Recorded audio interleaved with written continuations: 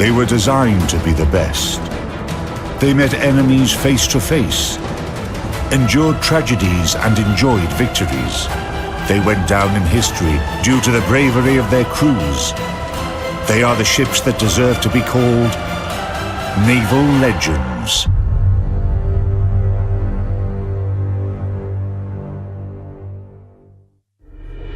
In this episode, the unsinkable Clevelands.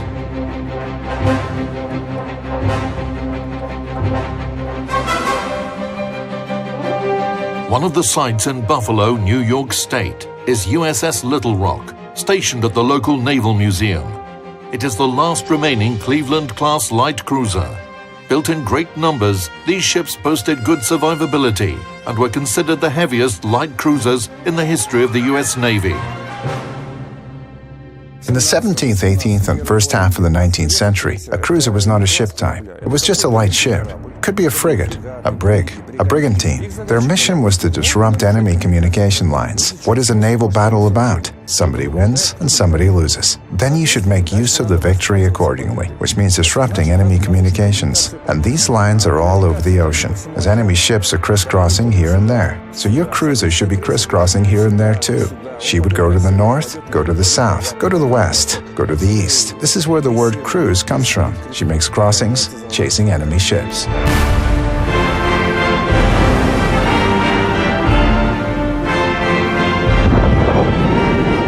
However, if there are ships to disrupt supply routes, then you need ships to perform counter-operations. This led to the emergence of different cruiser types: protected, light, first rank, second rank, all kinds of cruisers.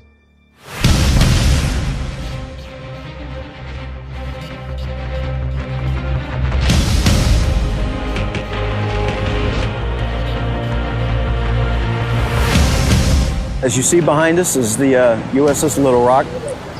She's a light cruiser. The reason why they call it a light cruiser is because her tonnage. She weighed 12,000 tons, and also she had smaller size naval guns. She had 6-inch guns, vice like a heavy cruiser had 8-inch guns. She is the last Cleveland-class cruiser that's in existence today. The first ship, whose name was given to the whole series, was laid down in summer 1940. Her displacement was much higher than the standard for light cruisers at the time. For this reason, the Cleveland-class ships are sometimes called heavy light cruisers. The Americans realized that their key opponents were across seas and oceans. Consequently, to disrupt enemy communications, you had to cross either the Pacific or the Atlantic Ocean. So they needed a big ship with a large displacement, high self-sustainability, and powerful armament.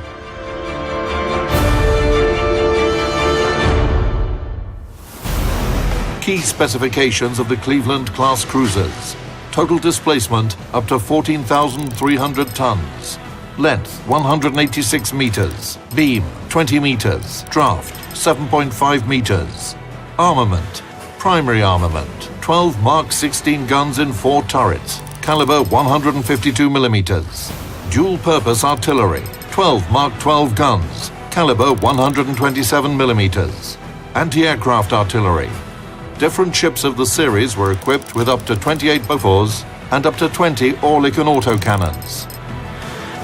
Armor: armor belt and conning tower, up to 127 millimeters. Deck, 51 millimeters. Turrets, up to 165 millimeters.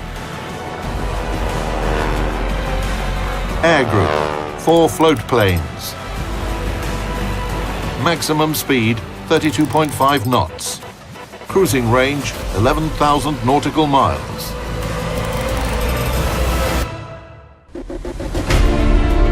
Building the Cleveland-class cruisers was a challenge for U.S. industry. 30 ships were ordered before the United States joined World War II. And after the attack on Pearl Harbor, the dockyards received orders for 20 more cruisers. The cruiser was used to protect the battleship. Then, of course, after Pearl Harbor, battleships, they realized that battleships were not what we needed. We needed to move forward, and so the aircraft carrier became the center of the battle group. Like dropping a stone into a pond or a pool of water, and you see the ripples as it They move out. So you would have the center would be the aircraft carrier. The next thing out would be the cruisers. The next thing out would be the destroyers.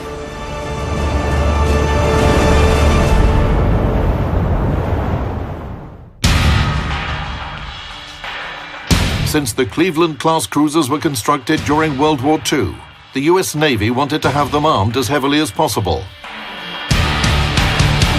This guideline was set by President Roosevelt himself.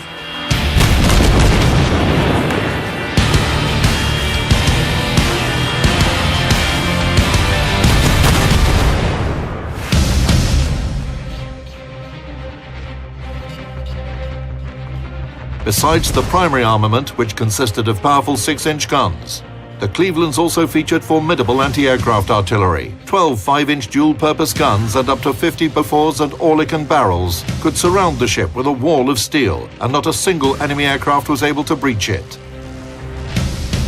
When Cleveland was being designed, there were debates about whether it was reasonable to install guns of such close calibers, 6 and 5 inches. Some people were saying the cruiser should have only 6 inches. Why do we need the 5 inches?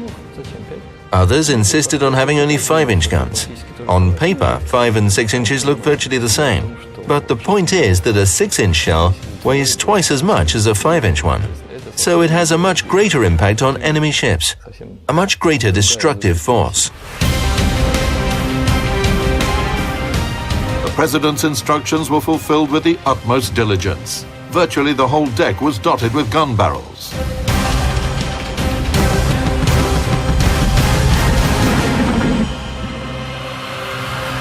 But the designers got so enthusiastic that the cruiser turned out to be over-equipped with armament. As a result, one of the key drawbacks of the Cleveland class is that it cannot be upgraded. You had to either disarm the ship completely or leave her the way she is. For example, when missile systems were installed on these ships after World War II, part of their guns, specifically the primary armament, were simply removed.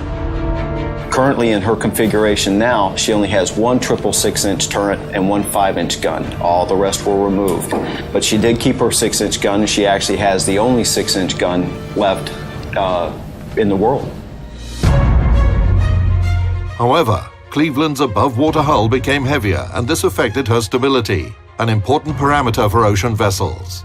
The ship's angle of list was limited to 23 degrees, which was a minor drawback for the project.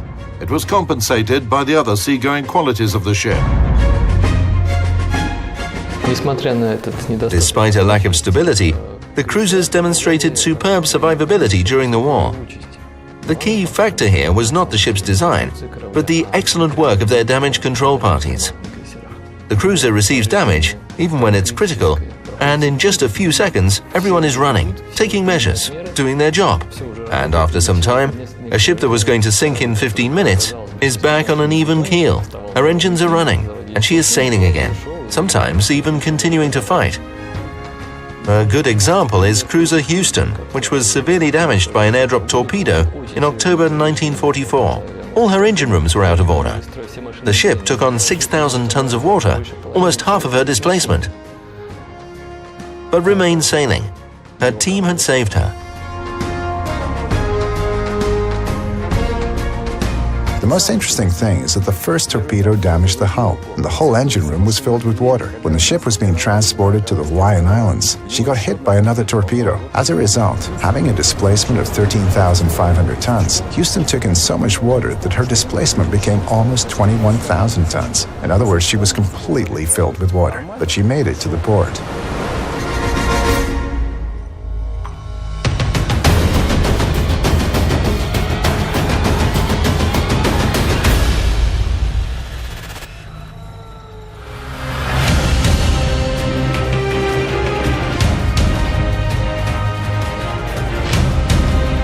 The Cleveland class was the most numerous series of light cruisers in US history.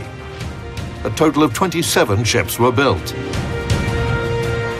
Every 3 or 4 months, new cruisers were commissioned and sent straight to the war. By 1943, the Americans seized the initiative in the Pacific Theater. The Japanese assumed the strategic defense. By that time, they had captured almost all islands in the Western Pacific, up to the coast of Australia.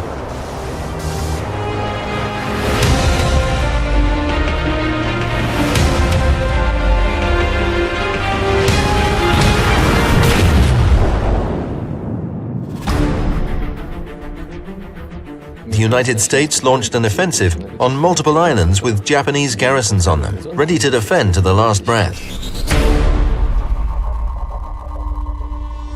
But the Americans were not going to capture them all. They applied the so-called island hopping strategy, capturing only the islands that were of strategic value for further offensives. The US did not seek to destroy all Japanese garrisons on the islands. It was more important to secure the right bridgehead, no matter whether an enemy force was there or not. The Battle of Bougainville went down in history as the first US offensive operation against Japan.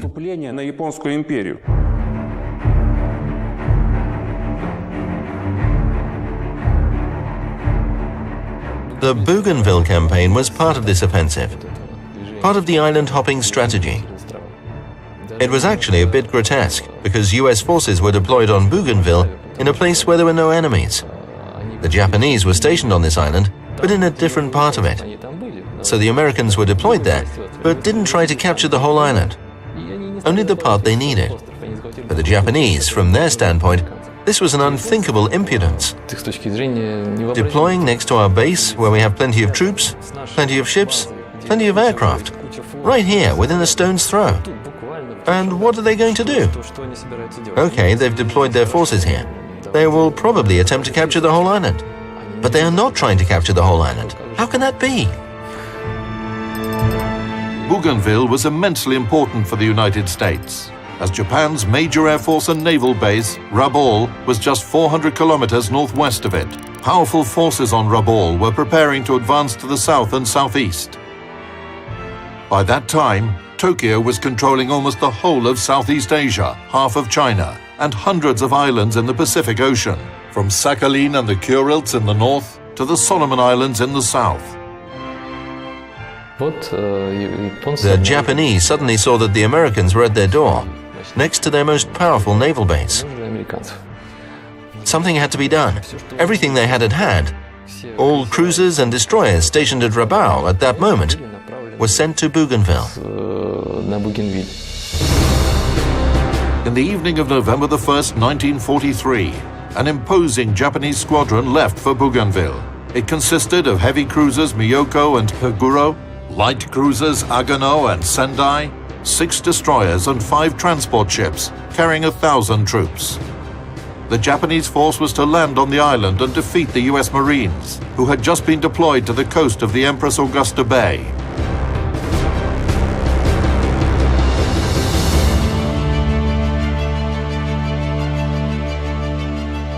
As soon as the Japanese ships left Rabaul to counter the US landing, the Americans were aware of this. They took all their landing assets away from the coast, where the Japanese ships were expected to attack them. Instead, the Americans put forward their escort ships, 4 Cleveland-class light cruisers and 6 destroyers. The whole thing happened at night, and it was night when the naval battle took place, a classic naval battle of World War II. Late into the small hours, a column of Clevelands was moving along the coast of Bougainville. The US cruisers were in front of the Empress Augusta Bay when at 2:30, their radars detected a Japanese squadron comprising 6 destroyers and 4 cruisers.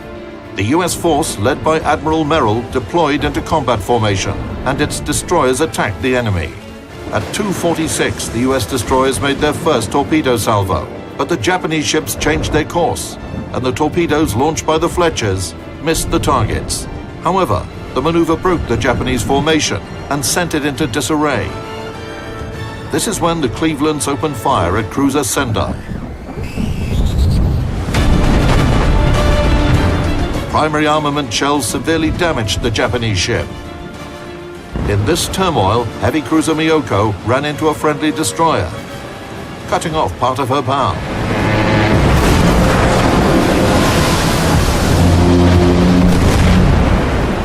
Having fired from their primary guns, the Japanese cruisers revealed themselves to the Clevelands, who immediately returned fire. The Japanese heavy cruisers suffered a defeat and retreated under the cover of darkness. The Cleveland's came out of this night battle as decidedly victorious. But the Japanese did not give up. In the morning, they sent their ground-based aircraft to attack the Clevelands. And here Cleveland-class cruisers demonstrated that they not only had excellent artillery to defeat similar surface ships, but also boasted superb anti-aircraft armament. They virtually engulfed the sky with fire, and the Japanese aircraft were unable to do anything, not even break through to the ships.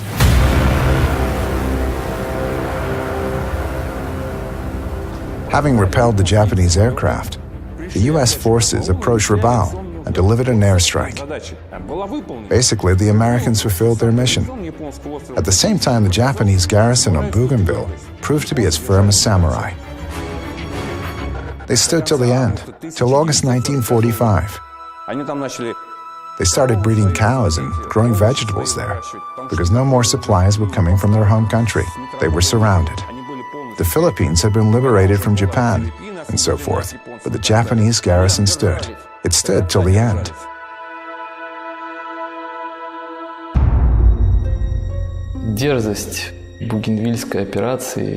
The Bougainville campaign wouldn't have been considered daring, but reckless and silly if the Clevelands hadn't won that battle. In fact, these ships led America to victory in this war. Capturing part of Bougainville was a key step on the way to neutralizing Japan's major base, Rabaul. And neutralizing Rabaul was an important step towards other islands, towards Japan itself, towards victory in the war.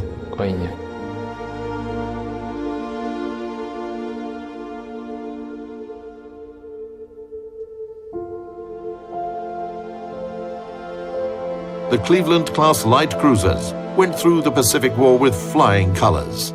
Some of them were seriously damaged in battle, but none were sunk. Battered and burnt, Cleveland successfully repelled air raids, sank Japanese ships, and shelled enemy positions on countless islands.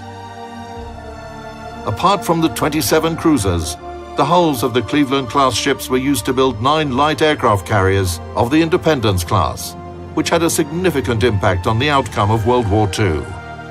In the post-war period, some Clevelands were equipped with cruise missiles and stayed in service in the US Navy in a new capacity.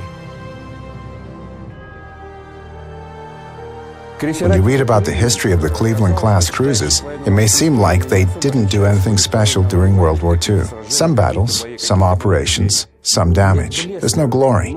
But the real war is about hard labor. Hard everyday labor. And the Clevelands were the ones who took it upon themselves. It's the best light cruiser project of the United States. They were everywhere. Look at any more or less significant battle of the war. Clevelands were there. They were the real workhorses of the US Navy.